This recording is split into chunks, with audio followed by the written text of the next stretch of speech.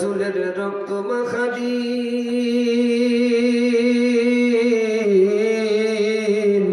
কোরআন হাদিস ছেড়েছে মোরা, কোরআন হাদিস ছেড়েছে মোরা, এই তো মোদের চিন।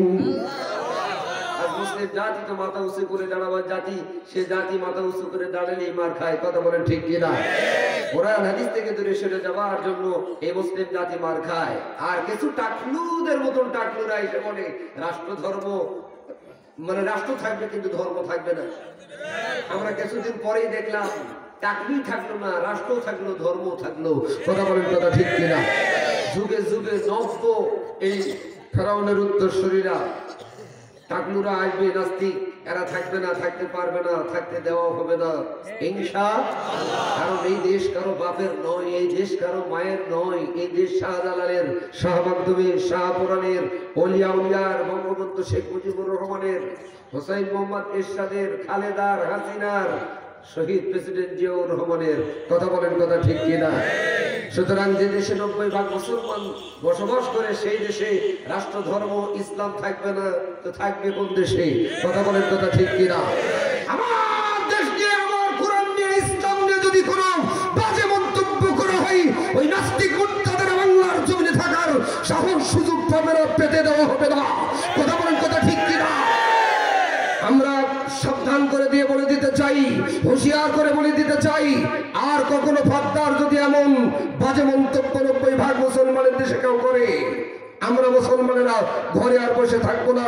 অনেক থেকেছি, প্রয়োজন মতো যখন যেভাবে আমাদেরকে ডাক দেওয়া হবে বাতিলদের বিরুদ্ধে লড়বার জন্য, কারা কারা রাজি আছো? দুই হাত তুলে রেখে দেখা।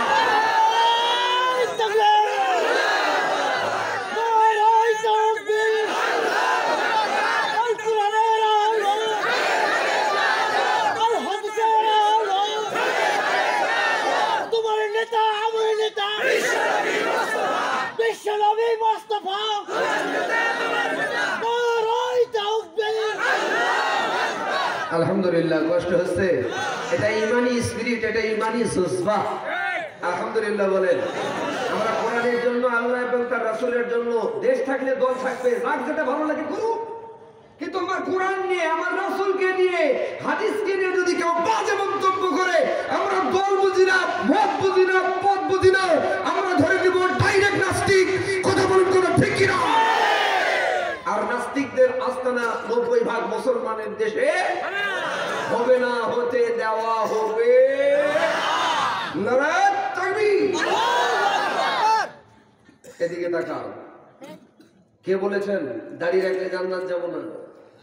আর এক হুজুর বয়ান করছেন, কালেমা যেহেতু পড়লাম, লম্বা করে দাঁড়িয়ে রাখলাম, 13 হাত, মাথায় একটা পাগড়ি পেয়েছি, পাগড়ি পড়লেই যদি জান্নাত পাওয়া যায়। ভারতের সাবেক প্রধানমন্ত্রী মনমোহন সিং আগে জান্নাতের হকদার। ওনার মাথায় যত বড় পাগড়ি মুসলমানেরা পরে বলে আমার মনে হয় না। ওনার জীবনীতে খুঁজে দেখলাম উনি শুইতে গিয়েও পাগড়ি খোলে না। মুসলমানের চেয়ে অনেক অংশে আমলের দিক দিয়ে মনমোহন সিং বেশি। আমি বলতে চাই, কে বলেছেন কালমা পড়লে জান্নাত যাব না, দাড়ি রাখলে জান্নাত যাব না, পাগড়ি পড়লে জান্নাত যাব না? অবশ্যই যাব, নিশ্চয়ই যাব, কিন্তু নবীর তরিকা অনুযায়ী হতে হবে। সবাই মিলে নবীর তরিকা অনুযায়ী একবার কালমা পড়ে জান্নাত নেই। আজকের আলোচনার প্রথম আলোচনা হলো আমরা জান্নাত চাই। কথা বলেন। বাগানটাও কিন্তু জান্নাতের। যারা বসে আছেন আপনারা জান্নাতি মেহমান। আল্লাহর গোলামেরা নবীর তরিকা অনুযায়ী সবাই মিলে কালেমাটা পড়ে নেই, লা ইলাহা ইল্লাল্লাহ। আমরা জান্নাত পেয়ে গেলাম, পথের দরকার আছে? আর আছে? আমরা কালেমা পড়লাম কিন্তু অর্থ জানলাম না। অর্থটাই তো আমার সাথে করেন, লা ইলাহা, নেই কোনো ইলাহা। জোরে বলেন আল্লাহ ছাড়া। জোরে কোন? হুকুম দাতা কি? আইন দাতা কি? বিধান দাতা কি? সমস্ত কর্তৃত্ব নেতৃত্বের মালিক কি? নড়াইলের ভাইরা লাহুরিয়ার ভাইয়েরা, আপনাদের কাছে আমার কোশ্চেন, ইলাহা বলতে আপনারা কি বোঝেন? উনি ছাড়া আর কেউ? ইলাহা তো তারে বলেন যিনি সৃষ্টি করতে পারেন, যার হুকুমে মানুষ চলতে পারে। রিপ্লাই টু, যিনি সৃষ্টি করতে পারেন, যার হুকুমে মানুষ চলতে পারে, তিনি হন ইলাহা। তাহলে বলুন, আসমান সৃষ্টি করেছেন কি? জমিন সৃষ্টি করেছেন কি? পাহাড় পর্বত নদী লালা তরুলতা বৃক্ষলতা সৃষ্টি করেছেন কি? জিন ইনসান সৃষ্টি করেছেন কি? উদ্দেশ্য আছে না নাই? পেলাম কোথায়?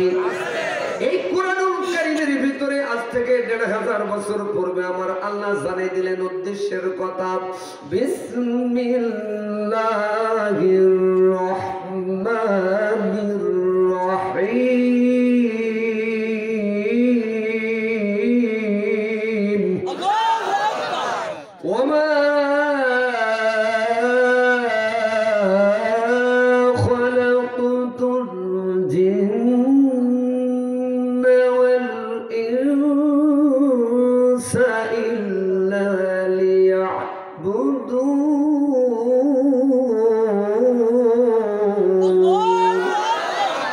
এটা আওয়াজ দিয়ে বলেন, তেলাওয়াত ভালো লাগে না? আরো জোরে। সম্মানিত ভাইরা আমার, কোরআনুল কারীমের ভিতর আল্লাহ বললেন জিন ইনসানকে সৃষ্টি করেছি আমার দাসত্ব, আমার গোলামি, আমার হুকুম মানার জন্য। কালেমা তো স্বীকার করলাম ইলাহা আর তিনি ছাড়া কেউ নাই। যিনি সৃষ্টি করতে পারেন, যার হুকুমে মানুষ চলতে পারে, তিনি হন ইলাহা। ও নড়াইলের ভাইরা, নাগরিয়ার ভাইরা, আমি বলতে চাই, কে কোন দল করেন, মত করেন, পথ করেন, আমার আপত্তি নাই। মুসলমান হিসাবে আমরা সবাই এক। কিসের জন্য? কোরআনের জন্য, আল্লাহ এবং তার রাসূলের জন্য আমরা এক। যদি কেউ দুই হতে চাই, দুই থাকতে চাই, তিনি হলো টাটকা মুনাফিক। কথা বলেন ঠিক কিনা? আল্লাহর কোরআনের গভীর মনোযোগ দিয়ে শুনবেন। ইলাহা তো তিনি যিনি সৃষ্টি করতে পারেন, যার হুকুমে মানুষ চলতে পারে, তিনি হন ইলাহা। ওই ইলাহা আসমান জমিন পাহাড় পর্বত নদী নালা তরুলতা বৃক্ষলতা যিনি এত সুন্দর করে সৃষ্টি করলেন, তিনি বাদ দেওয়া যদি আরো কোনো ইলাহা তাকে মানবেন? জোরে কোন? এই তো বললেন মানবো না। আমি যদি বলি আপনি মানেন, আপনার বাপ মানে, আপনার ১৪ গোষ্ঠী মানে, আমিও মানি, সভাপতি হুজুর মানে, চেয়ারম্যান ভাইও মানে। এখন বলতে পারেন হুজুর কিভাবে আমরা মানি? ইলাহা তো তিনি, উনি বাদ দিয়ে আরো যদি কোনো ইলাহা থাকে মানি না, মানবো না, কিন্তু আমরা মানি। কিভাবে মানি? যদি আমি না জানি দিতে পারি, মঞ্চ থেকে নামতে দিবেন না। সম্মানিত ভাইরা আমার, বাপজিরা আমার, গভীর মনোযোগ দিয়ে শুনবেন।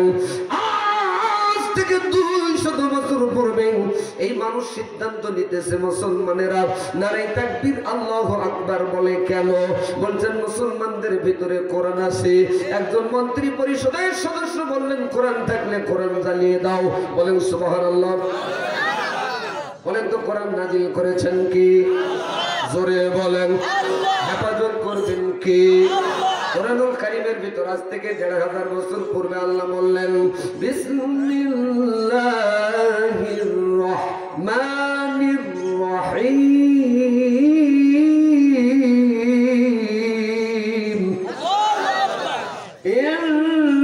ইন্না নাহনু নাযালনা যিকরা ওয়া ইন্না লাহু লাহাফিজুন।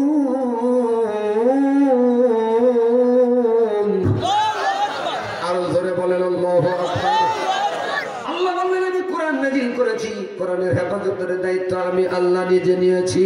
কোন টাকলু কি বললো না বললো এদিকে দেখার সুযোগ আমাদের হাতে নাই। কথা বলেন, কথা ঠিক কিনা? আল্লাহর গোলামেরা কোরআন নাজিল করেছেন কি?